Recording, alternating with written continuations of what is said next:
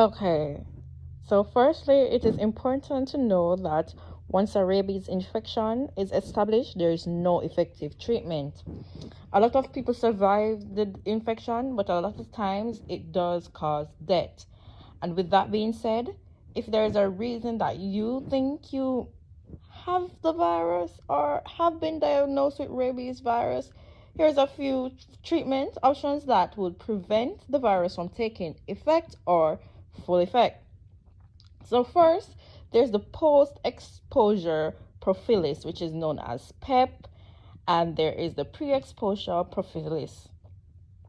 And the post-exposure prophylaxis consists of a dose of human rabies immune globin and rabies vaccine, and it is given on the day of exposure and on the days of 3, 7, and 14.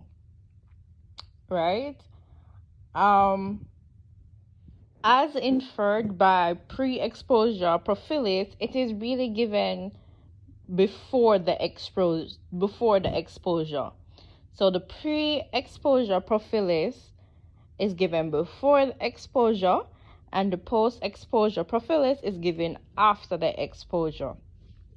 Now, in regards to the wound care, now gentle irrigation with water or a diluted water iodine solution is recommended.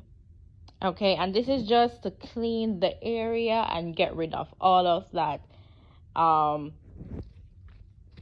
the virus that was introduced into the skin or the site.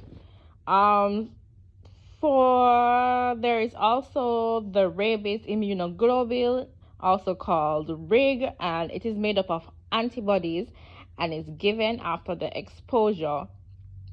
It is important to note that the RIG is only administered to persons who have been previously immunized for the rabies. So I know I've been saying prophylaxis for the longest time, but the word is actually prophylaxis.